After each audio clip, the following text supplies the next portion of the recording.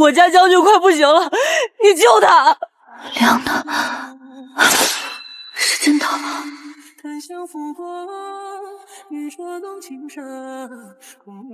脉跳得又快又虚，跟筛糠似的。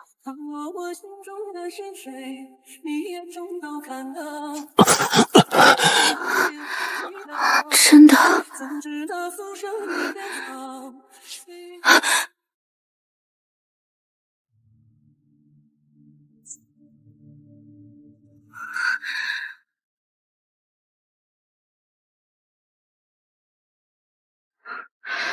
一扇门，门外打仗，门里晾衣服。求你了，将军不能死！小娘子，雁门关3万弟兄断粮断药，又起了10亿。北狄3日后攻城，我若死，君亏。我这铺子平时一天卖37.5块。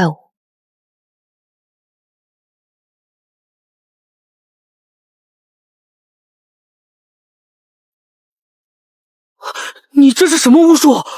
降温的，5块钱一片，超市特价。剩下的伤兵呢，全给我抬进来，轻的靠墙，重的躺地上。愣什么？想让你将军一个人活吗？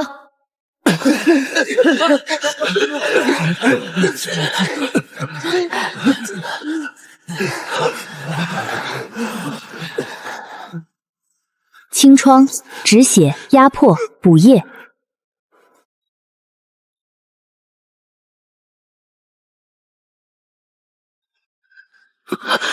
天上的灯怎么是圆的？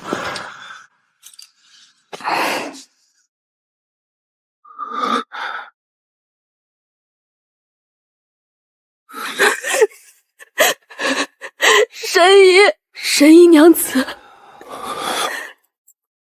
小娘子，可愿随我去救那3万弟兄？谢意。最金属检测仪，以前进货验过假货。真的。3分钟后，老银锭，成色这么好，碎银一定走拍卖，3800上下，得等。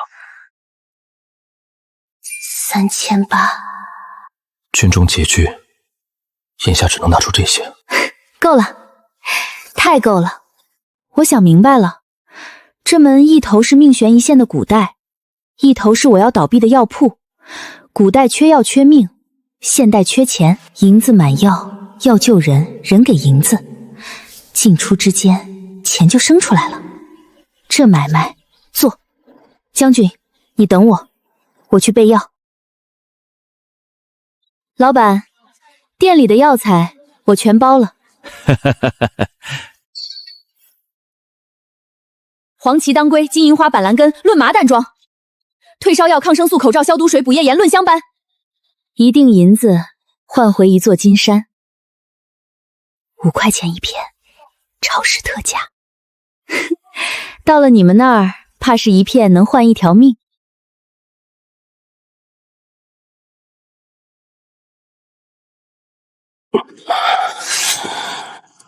小事啊，传我军令，军中医务自此由神医娘子总领。他说的话，等同我萧城的话，违令者，军法处置。萧城，我头一回听见他的名字。将军，她一个外来女子，懂什么医道？懂不懂，王伯？你救不活的人，他救活了7个，就睡在这屋里。去伤兵房，带我去看看，到底死了多少人，病了多少人。那不是血腥味，是腐烂的、甜腻的，钻进鼻子里就甩不掉的尸臭。娘子，捂上，里头不太好看。我在现代见过医院，见过抢救室，见过太平间。我没见过这个。将军昨日去你那儿求药，走的时候营里还没这么多。5日，就5日，就成了这样。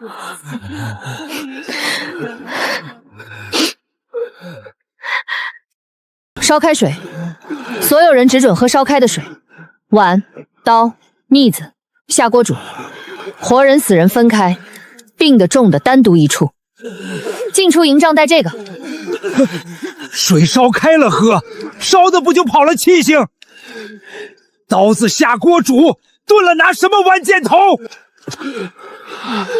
这个活不过今晚，对吧？戾气入体，神仙难救。慢着，压几10下，捏开他的嘴，吹气，再压。哪有这么救人的？这是糟践死人。肾上腺素1下，2下，2下，3下。回魂，这是回魂之术。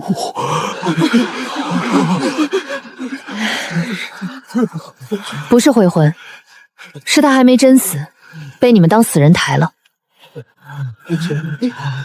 从现在起，照我说的做，烧水、煮器具、戴口罩、分病人，谁不照做？谁不照做，按抗令论。王伯，将军，他的话就是军令。这老头行了40年医，头一回觉得自己什么都不懂。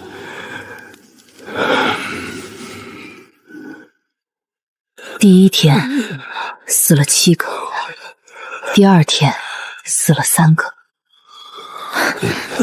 第3天死了1个。那个本来就只剩一口气的老兵，这是老朽行医40年攒下来的方子。我能换你这本事不能？我这辈子治不好的病，你3天就压下去了。我服。这些方子你拿去，只求你教我那压胸推气的回魂法，教我那烧水煮刀的道理。那是一个老头一辈子的命根子。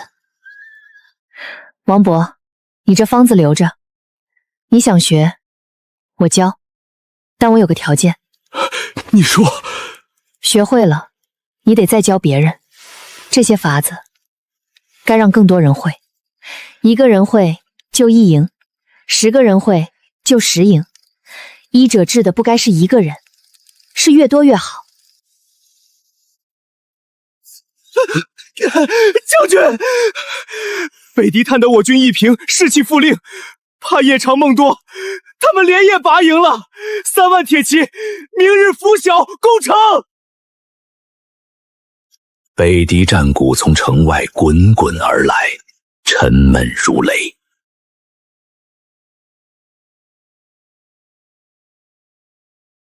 30步外就是城墙，伤兵抬下来，几步就到。这是战地救护所。阿石，不识字，我念给你听。抬下来的，先看哪儿出血，喷血的最急，先压。止血7疮，消毒包扎。能站起来的，立刻送回去。伤重的留下，别让他们死。阿石，记住没有？记住了。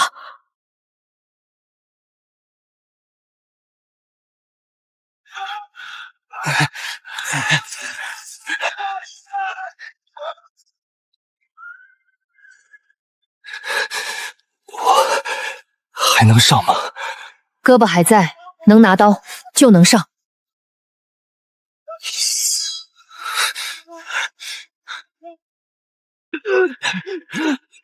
进来时血人1个，出去时缠着雪白的绷带。提刀右上，碘伏1瓶接1瓶倒空，纱布1卷接1卷用金，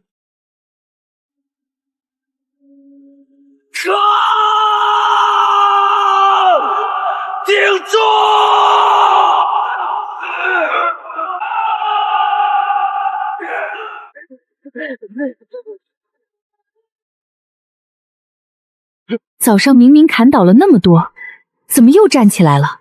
鬼，南朝有鬼！有鬼！这话像瘟疫一样在北狄镇里传开。杀不完，打不垮。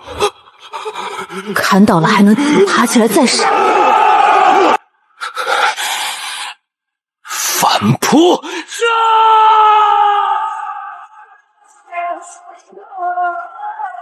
！3万铁骑没破城，退了。雁门关大胜。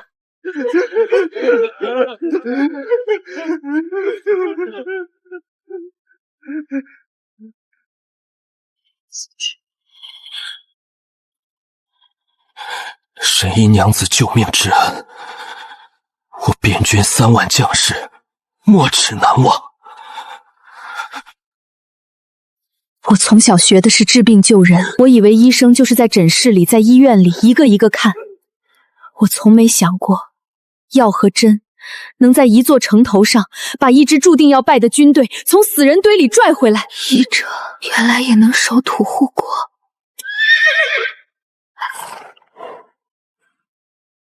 回去，扮真正的杀手来。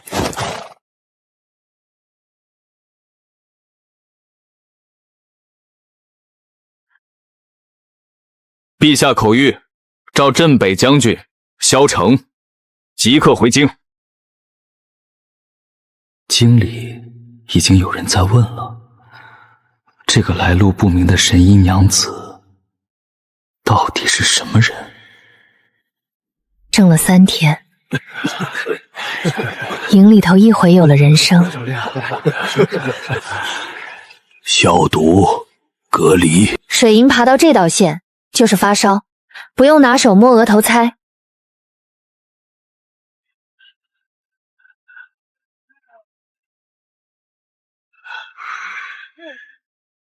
何等污糟之地！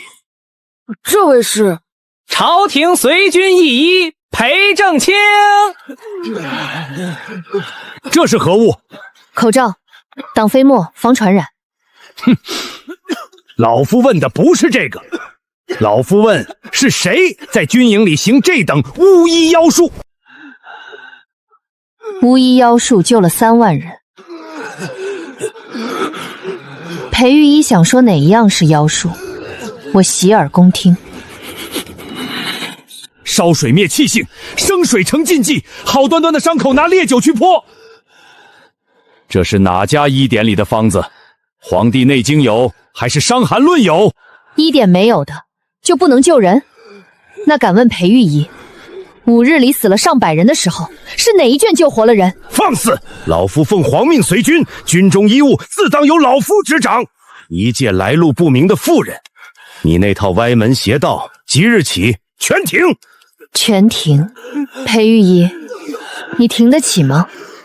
这一营的伤，这一营的疫，你接得住吗？老夫3代御医世家。世家2个字，堵不住伤口。他搬皇命，搬世家，搬医典，我一句不让，句句往实战处砸。裴御医，老朽行医40年，神医娘子的法子，老朽亲眼见的，死人能救活。闭嘴！一个营中老卒也敢妄议医道！将军，裴御医奉皇命随军，本将惊重，但军中义务归他管，这是本将早前立下的军令，改令要先过本将这一关。将军三思，这妇人来路，他救了3万将士，这就是他的来路。清理水深，我不在，凡事多留个心。将军一走，营里少了根定海针。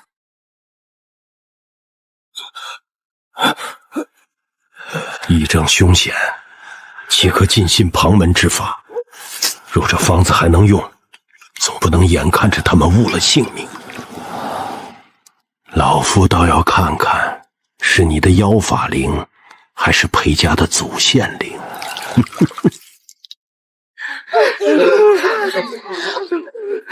这个不该死！昨天我亲手换的药，烧退了，人也清醒了，正在好转。一股说不出的怪味儿，不是我的药味儿。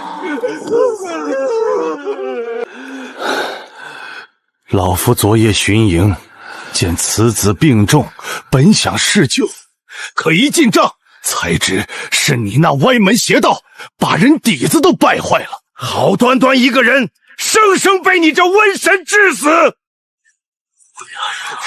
是啊，昨儿还好好的，外来的妇人，谁知道用的什么？将军一走，人就没了。军心慌了。不可能！娘子的药救了多少人？你们都瞎了吗？救几个轻的，博个名头，底子败了，人照样死。诸位，老夫3代御医，还能害你们不成？娘子，你倒是说句话呀！他冤枉你。我知道，这会儿喊冤没用，哭也没用，愤怒解决不了任何事，证据呢？阿石，把他的身子原样留下，别动，叫2个人守着，谁也不许碰。昨夜谁守的这间帐？谁进来过？回娘子，后半夜裴御医进来过，说要给重病的兄弟加副药。哼，老夫巡营有何稀奇？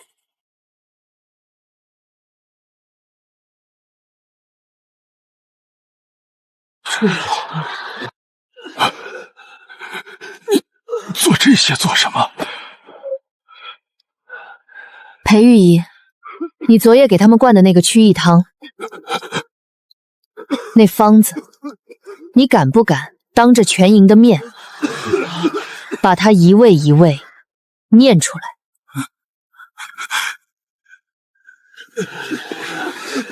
裴御医告神医娘子用妖术害死兵卒。神医娘子，你有何说？我不说，我让药渣说。一堆草根烂叶能说什么话？能说你下了什么？这是生附子，没炮制过的生附子。王伯，您行医40年，生附子用在什么人身上？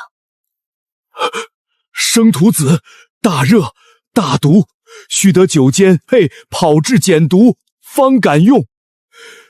可这几个兵是虚症久病失血，刚退烧，底子虚到了根上。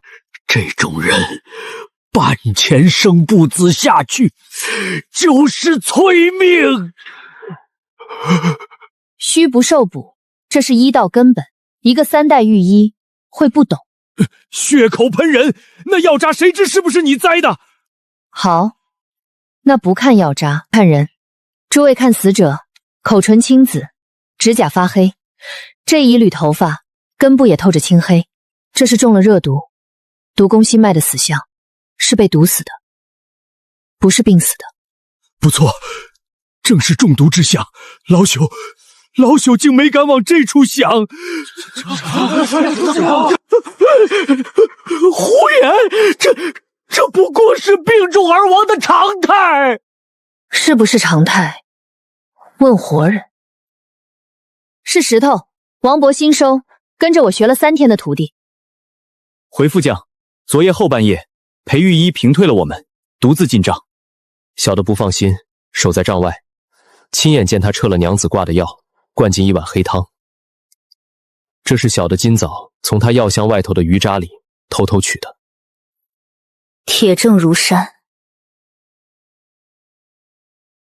3代御医的招牌碎了。来人，革除裴正清军中医职，所拿押解回京，据实盛报陛下，听候发落。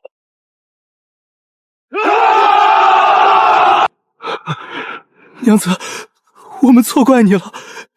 起来吧，错怪我不要紧，要紧的是他不该死。这少年验证刘良，当众陈词，沉得住气，有章法，是块料。我想起自己说过的话，这些法子该让更多人会。石头，弟子在。跟着我，好好学。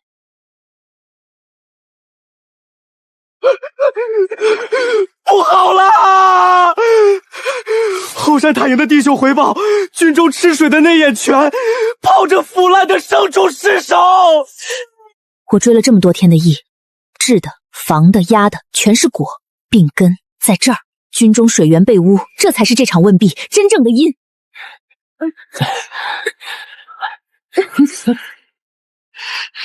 老远就闻到水里那股腐臭，这泉顺着山势往下，正流进军营的吃水井。娘子，死了几头羊，污了水。可军营那么多人病的，真就因为这个？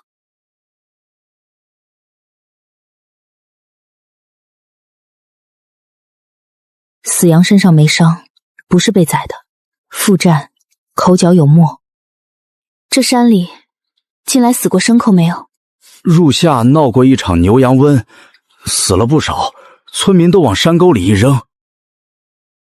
我大致拼出来了，牲畜病死，尸首污了泉眼，脏水流进军营，喝下去的人上吐下泻，发热不退，这才是这场军疫的源头。裴御医的祛疫汤，王伯先前束手无策的戾气，治的全是喝脏水喝出来的病。水不干净，救活10个，又病倒20个，源头不断，这疫治不完。第一，封井，这眼泉，这口井，从今日起，谁也不许再用。第二，寻新源，带人往上游找活水，找到了，圈起来，专人看守。第三，全军喝水，一律烧开，不烧开的，一口都不许喝。之前娘子也叫烧水，这回……之前是治病，这回是断根。治病得先找根，根不断，治一辈子也是白治。新源引进营的当天，奇了，往日里每天总有10几20个新发热、新拉肚子的，这一天新增的病患0，一个新病的都没有。老朽行医40年，只知治病，从不知病还能这么断。娘子，坏了，镇上的药材买不着了。大宗的现代药品我从门内调运，可寻常草药、抹布、辅料，还得就近在清河镇采买，省得引人怀疑。怎么回事？镇上最大的药行济世堂把全镇的药材都囤死了，如今军中要采办，价钱翻了3倍不止。东家放话说，军中那位神医娘子药材来路不明，他济世堂不敢卖给来路不明的人，免得惹祸上身。来路不明，又是这4个字。那东家叫什么？万崇德，济世堂的万崇德，镇上人都叫他万半城。这半个清河镇的进项都得过他的手。我隐隐明白，这不只是个囤药抬价的奸商，是有人顺着来路不明4个字，开始一点一点掐我的补界线了。娘子，军中伤药快见底了，这可如何是好？慌什么？药，我有别的法子。我心里盘算的是门那头的现代货，可这别的法子，迟早还得跟万正德这条线撞上。补解是我在古代的命脉，也是我的软肋。将军走前，北狄主帅撂下的话应验了，北狄搬来了真正的杀手。一支生面孔的部队压到了边境，领头的不是武将，是个穿黑袍的，是个毒士，带着比寒剑毒、比污水还要狠的东西。北狄毒士叫呼延翠，不打仗，淹过之处，人先咳后烧，皮上起红斑。头一天城里倒了30多个，军中又慌了。刚平的疫死灰复燃，我看了病人，看了风向，看了上游的水，不是天灾，是人投的。水源，全军改用我圈好的活水，再不取河水，断了下毒这条路。那烟，你带人发口罩，浸湿了的后部捂口皮，挡住飞沫和烟里的脏东西，以烟攻烟。起了红斑、发了烧的隔离，退烧、抗生素，一个一个救。3天，倒下的稳住了，心病的压下去了。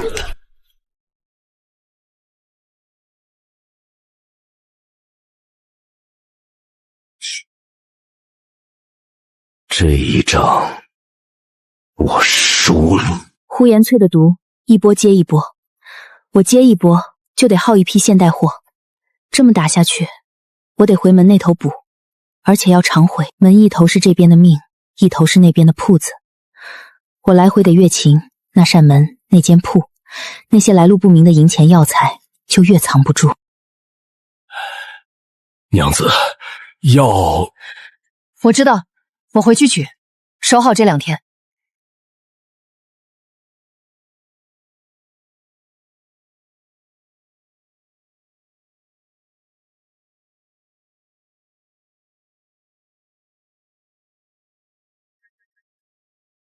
林夏，真是你！苏曼，大学同窗，当年拉着我一起卖3-5养生粉挣快钱，被我一句那是坑人顶了回去。从那以后，他记了我一笔被一个穷酸瞧不起的账。听说你这破店要倒了，营业额37.5块，正好，我开了连锁赏生关，缺个抓药的。你来我店里打工，我给你开工资，比你守着破庙强。你后头藏什么呢？没什么，库房。哟，你一个37.5块的破店，哪儿来钱进这么多货？进货关你什么事？是不关我事。不过林夏，我劝你想清楚，这年头做药这行讲的是资质是来路，你这店资质全吗？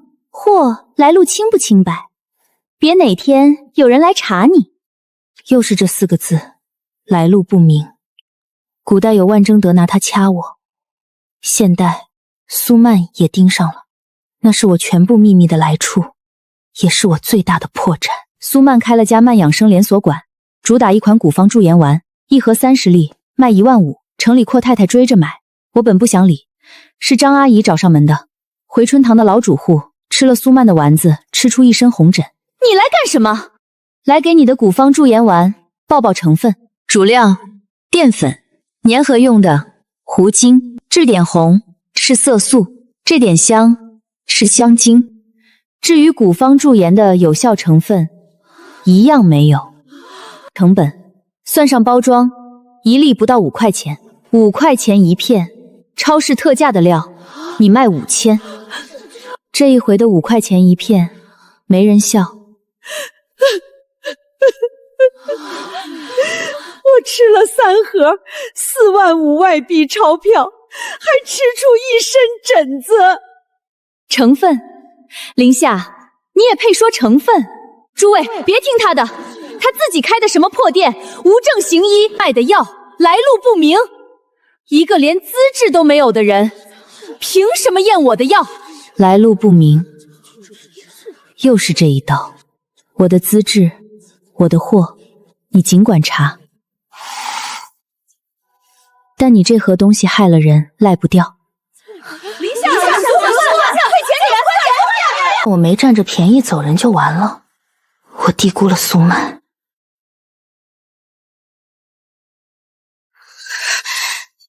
帖子里有图有料，说回春堂资质存疑，说店主进货渠道不明，说有顾客吃了他的药出事。底下评论一水的水军，骂得难听，一夜之间爆了。苏曼这是把那4个字从古代搬到了现代的台面上，要往死里盯我。我没去评论区跟人对骂，我关了店门，坐下来做3件事。这些是真的，经得起查。至于门那头来的东西，我从不在铺子里卖，那些只过门不过柜台。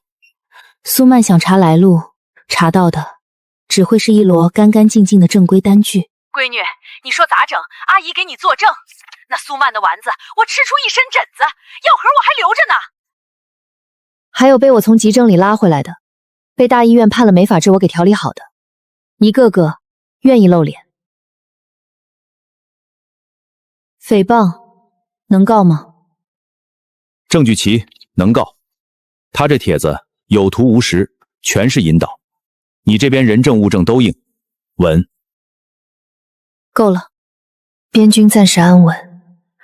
呼延翠的毒被我那套防疫压住了，这阵子没再发作。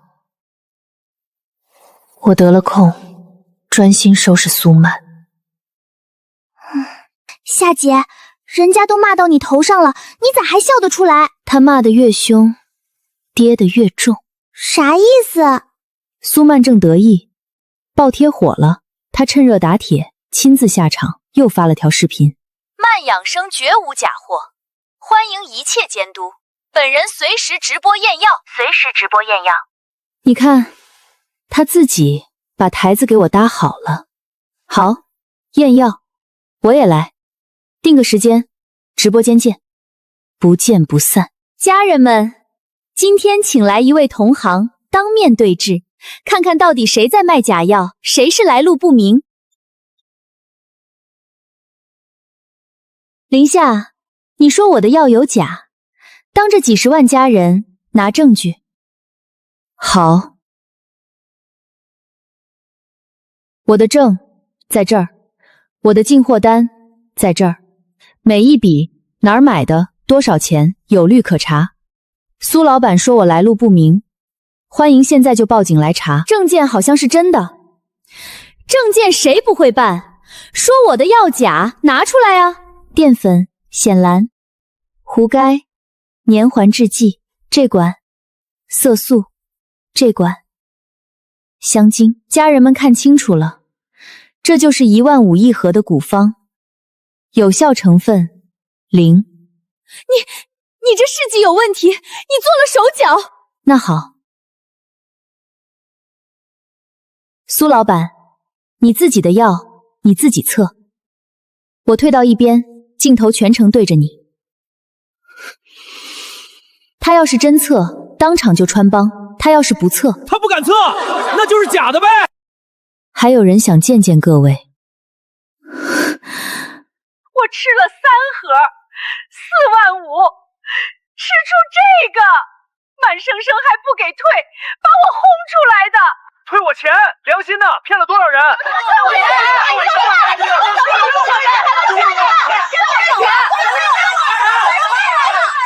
快断网！快断网！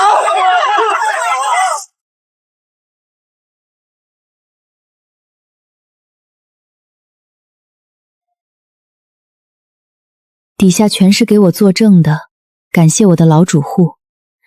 一夜之间，人设反转，人设捧得越高，摔得越响。苏曼自己搭的台，自己唱的戏。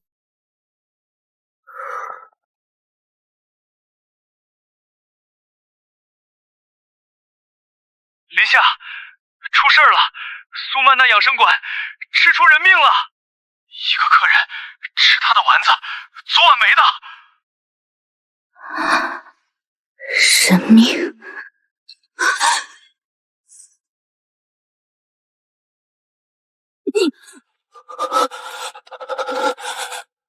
娘子，将军让我拼死回来报信。边关又出大乱子了！慢慢说，边关怎么了？不是北敌，是天灾。入了冬，清河镇连着几县起了一场比军役还凶的时疫。咳血高热一家一家的倒。将军被陛下留在京中，一时回不来。临走前撂下话，边关百姓托付给娘子。可镇上的药全被济世堂囤死了。又是万志德，我先把这头按住。苏曼那边的事件，有相关工作人员，有律师，走法律，我不沾相关的事，正规渠道一查到底。可苏曼不甘心。放开！是林夏，查他才是来路不明。他那店，他进的货根本说不清来路。不信你们查那个后院，那扇门后头有鬼。苏曼是狗急跳墙乱咬，可那扇门后头有鬼这句离真相只差一层窗户纸，我不能让人顺着这句话真去扒那扇门，我得快点把古代这句头的事了了，回来把这层纸彻底糊死。巷子里有人家在卖田，有人家在卖饵。求东家设一服药，孩子烧得快不行了。是，拿地气来射，拿卖身契来射，空着手滚！哟，神医娘子，听说你也想散药救人，可惜啊，你那药来路不明，老夫这济世堂可不敢沾，万一是害人的呢？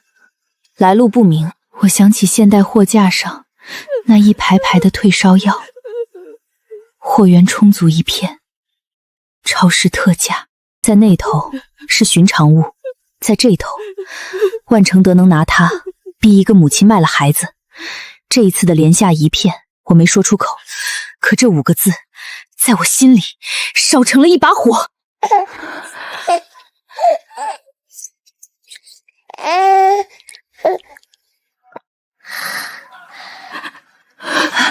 不用谢我，万正德屯的那座金山，我要让他砸在他自己手里。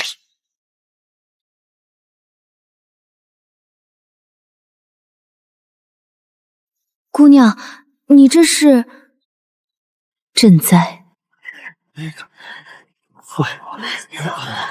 药按本钱，粮免费发。哪有这等好事？天上掉馅饼，怕不是黑店要骗咱地契？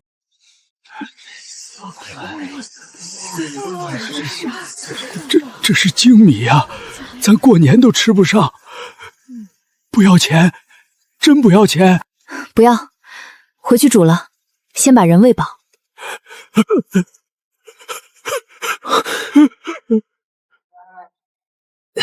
不兴贵，娘子说了，跪天跪地跪爹娘，不兴跪他。发热的退烧药，咳血的对症的，预防的口罩，隔离的法子一并教。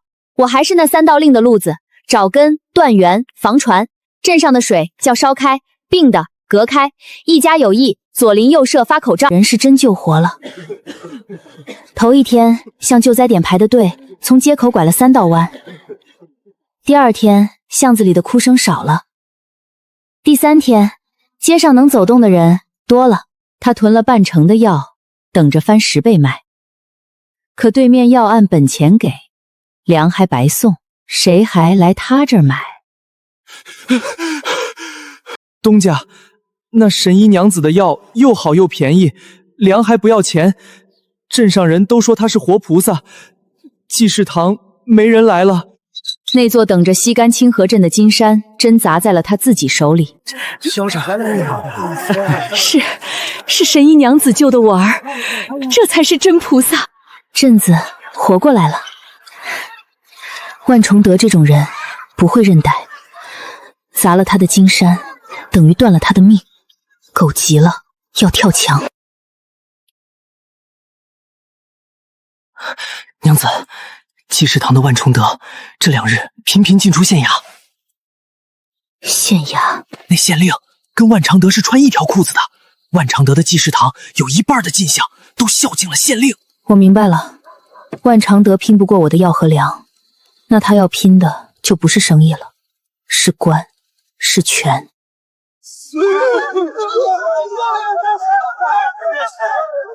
县令有令，拿下妖言惑众、来路不明的女医。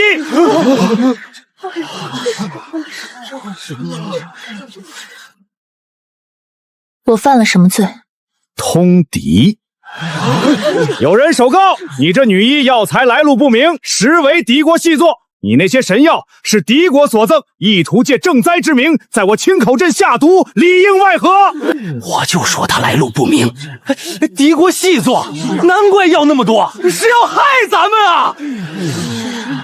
可这话没几个人信。放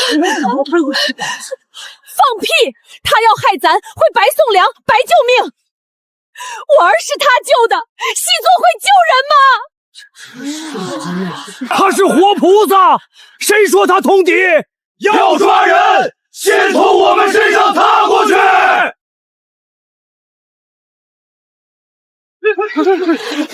别动手，我知道这罪名是假的，可他盖了官印，在这古代，跟一群衙役动手，是给万承德递刀。乡亲们，退开！我跟你们走，我倒要看看这通敌的罪凭什么定。大人，这回那贱妇翻不了身了吧？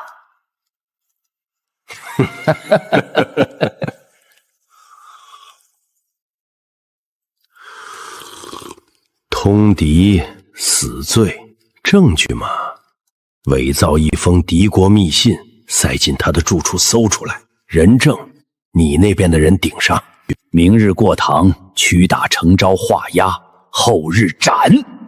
大人英明。那座金山不，那救灾点那神医的名头，以后就都是咱的了。我在想该怎么破这局。这罪名是栽的，可我在这古代无凭无据，孤身一人。娘子，万正德伪造了通敌密信，明日过堂就要屈打成招。县令铁了心要杀你。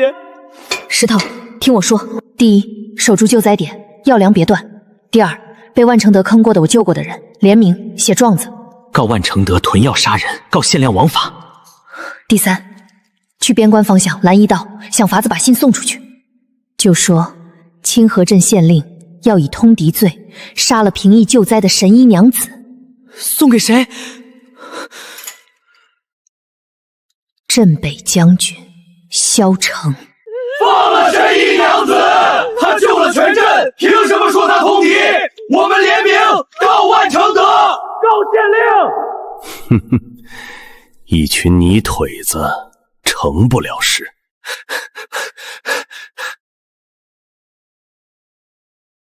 救灾点被救过的人，一传十，十传百。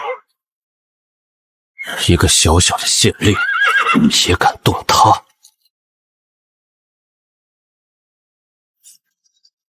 林氏，你勾结敌国，借赈灾下毒，通敌叛国，证据确凿，从实招来。我没通敌，这信是伪造的。我的药救了多少人？这清河镇人人可证。人证物证俱在，还敢狡辩？不招，大刑伺候，给我打到他招！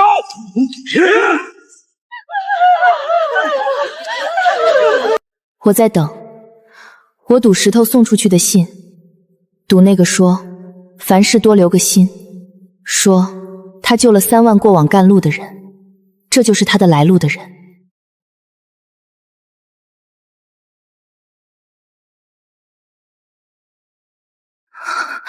是萧成。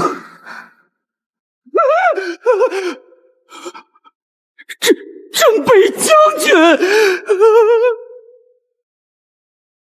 陈阁老当朝太傅，亲笔手谕：林氏所行赈灾药粮，乃本官途中所救之太傅陈大人亲自调拨，以济清河灾民，何来通敌？原来我南下途中曾救过一个病重的老者，正是告老途经此地的陈阁老。一片药，半碗粥，救回一条命。陈阁老记着这份恩。放百姓进来。将军做主，万承德屯药抬价，逼我们卖天卖儿，县令收他的银子，枉法害人。铁证如山。万承德屯药害民，伪造罪证，栽赃陷害，下狱严办。济世堂囤积之药尽数抄没，充作救灾药资，免费发于百姓。县令，王法徇私，屈打良善，革职查办，押解上司衙门。我冤枉啊！那女人来路不明。来路？她救活了3万边军，救活了大半个清河镇，这就是她的来路。那座本要吸干清河镇的金山，真砸在了万承德自己头上。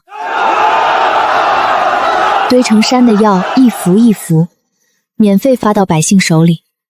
商战这条线断了，靠山，萧成在前，陈阁老在后，成了。来路不明这把悬在我头上的刀，在古代这头暂时落了地。来迟了，不迟，更好。可我心里清楚，古代这头的来路刚摁下去，现代那头苏曼临死前那一嗓子，那扇门里头有鬼，还悬着没了结。古代那头万正德落网，救灾点交给石头，边军暂稳，我终于能回头收拾现代的烂摊子。苏曼那头人命官司压着，养心馆吃出人命，警方查明是假药，苏曼涉嫌生产销售有毒有害食品，已经被刑拘，按理他该完了。林夏，苏曼在里头不老实，他反复跟办案的跟记者说一件事儿，说你的货来路不明，说你后院那扇门有鬼，让人去查，不过没人信。一个卖假药吃出人命的人，临了攀咬别人，谁信他那套门里有鬼的鬼话？当精神紧张胡言乱语了，你别往心里去。别人不信，正常。一扇连通古代的门，说出去就是疯话，可有一个人会信，苏曼自己。我太了解他，被我踩下去过一回，记恨这么多年，如今身败名裂要坐牢，他什么都没了。一个一无所有又恨到骨子里的人，会信自己最荒唐的猜想。只要那猜想能拉我一起下水，苏曼会来，他会亲自来扒那扇门。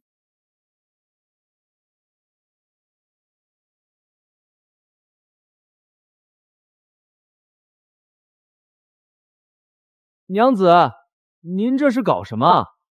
请君入瓮。案子还在查，人暂时放出来了。他来了，放出来的第一件事不会是逃，是来扒这扇门。这是他唯一翻盘，唯一拉我店妹的指望。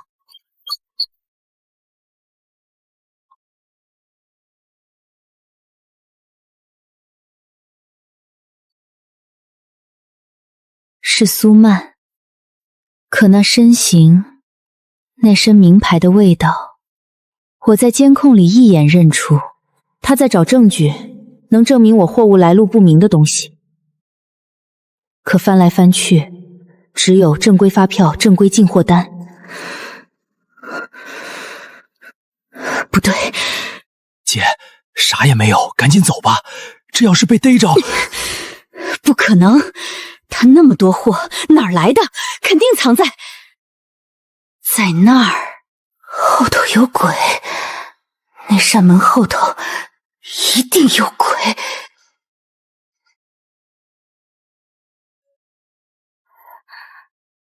那门栓后头是漆黑的、战乱的古代。千钧一发，我不能让苏曼拉开那扇门。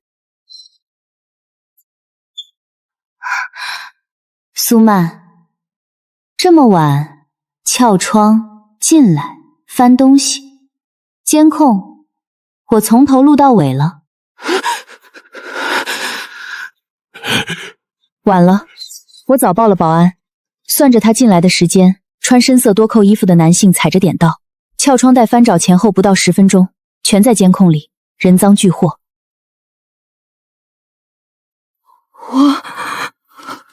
我只是来找证据，你的货来路不明。那扇门后头，什么门后头？那是一扇坏门，通后院，我家库房。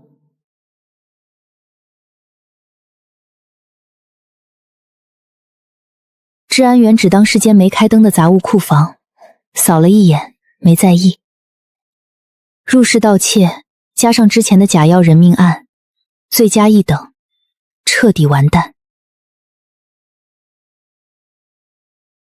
他到死也想不通，那么多货到底从哪儿来的？现在这条线断了。苏曼从大学时拉我卖假药，到栽赃，到造谣，到撬门，恨了这么多年，自掘了这么多坟，终于把自己彻底埋了。刚才差一点，苏曼的手离那门栓只有1寸。回春堂火了，之前直播反杀攒下的名声，加上这一出良心中医活菩萨的名头，传遍了城。有来抓药的，有来求诊的，有大医院判了没救来碰运气的。夏姐，咱这一天的流水顶过去1年了。钱是小事。啥？你看这些人，我一个人一天能看几个？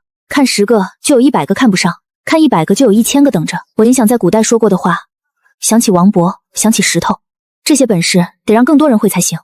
一个人会就一个人，教100个人会，能救1000个人，10000个人。石头年轻肯学，是块好料。我得把石头教成第2个能立规矩、断病根、教别人的人，让济世活人这件事在那头自己长出根来。不是看病的，是省中医药管理局的。林女士，我们关注回春堂很久了，直播验药、监控擒贼、挤装饰，让人看到了一家小药铺的良心和水平。更难得的是，你这些年治好的疑难病例有记录，有口碑。我们想请你的回春堂做一个国家级中医药传承示范点的试点，把你的方子、你的法子规范化传下去。传承传下去，古代那头我想的，现代这头递到了我手上，2个世界在这件事上撞到了一处。石头，我问你，弟子在。我要是哪天不来了，走了，这一身本事，这救人的法子，你接得住？接得住。娘子教的找病根、断病源、烧水、隔离，教别人，弟子都记下了，也教了别的师弟。哪怕娘子不在，弟子也能告着，一个一个救下去，一个一个教下去。从那个跟在王勃屁股后面，第一次当众成证就沉得住气的半大孩子，到如今能独当一面。好，萧承奉旨要回京述职，领新的差事。北狄退了，可朝中、边关还有更大的局要他去应对。他日两头的事都到了该收尾的当口。古代奸商落网，靠山成形，传人力气；现代宿敌伏法，铺子挂牌，医道开花，风波似乎都平了。我以为能歇一歇了。我回青深镇是来辞行的，边关平了，役断了，救灾点的药粮够撑到开春播种，我该把这头交出去了。不知谁起的头，凑了银子，要在镇口给我建一座生祠，塑我的金身，40供奉，香火不断。娘子救了全镇的命，我们要给您立生祠，世世代代供着，求您保佑。不必，你们要供我，是把我当神，可我不是神。是人就会走，会老，会不在。供一个神，神不在了，病来了，谁救你们？与其求神，不如学本。是我请人写的。石头，弟子在。这济世堂的旧址，从今往后是你的平价药堂，便挂上去。我教你的，找病根、断病源、烧水隔离，还有教别人，你一样样传下去。不兴跪我，你要跪，就跪这块匾，跪你日后要救的每一个人。4个字，挂在了那座曾经囤药杀人的奸商铺子上头。神不在，医道在，人会走，本事留得下。他奉旨回京，有新的差事，这一去，不知何年才得再回边关。我此去守家国，你在那头守你的两界。他知道我有一扇门，知道我来自一个他想象不到的地方，这些他从不多问。各守各的，他日待我守好家国，待你护好两界。他日再见，我亲口说给你听。我知道他要说什么，也知道现在不是说的时候。2个世界各有各的担子。好，我等你，亲口说。那个曾经一天只做37.5块生意要倒闭的破药铺，成了一面旗。我的医道在古代有了济世堂的济世活人匾，有了石头，在现代有了这块国家级的铜牌。2个世界同时开花。古代该平的平了，该传的传了，现代该了的了了，该立的立了。我忙了这么久，头一回觉得可以真正的歇一歇了。平静，久违的平静。可这平静没维持多久。挂牌后的日子真的静了下来。石头隔3差5从门那头传话，平家药堂办得红火，他又收了几个徒弟，把找病根、烧开水那一套一茬一茬教下去。边关再没起过乱子，他学会了用我留下的画着图的小册子和暗号传讯。我觉得这日子总算熬出了头。我甚至开始琢磨，要不要真就这么守着一店一门2个世界，慢慢过下去。像有什么东西要从门那头撞出来。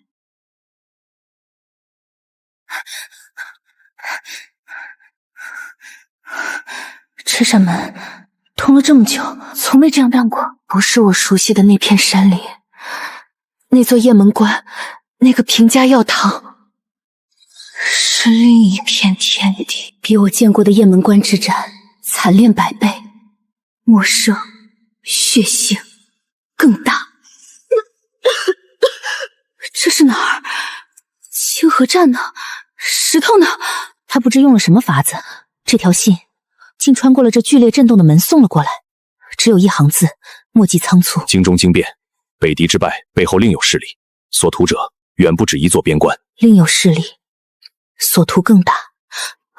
匣子里是爷爷的遗物，最底下压着一本我从没仔细看过的手札，爷爷的字，我当年只当是老人的笔记，没在意。这一刻，我颤着手翻开。此门非通一室，门连珠界，一连珠带，所立者层层递进，越深愈乱。清河一镇，雁门一关，不过此门最浅之一层，真正的乱世在更深处。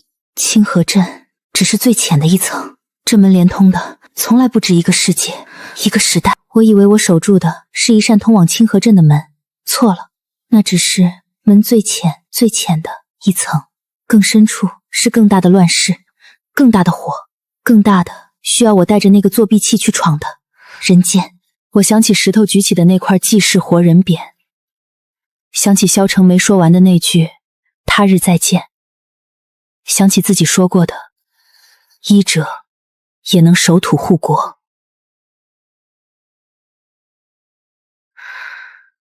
下一个世界，我来了。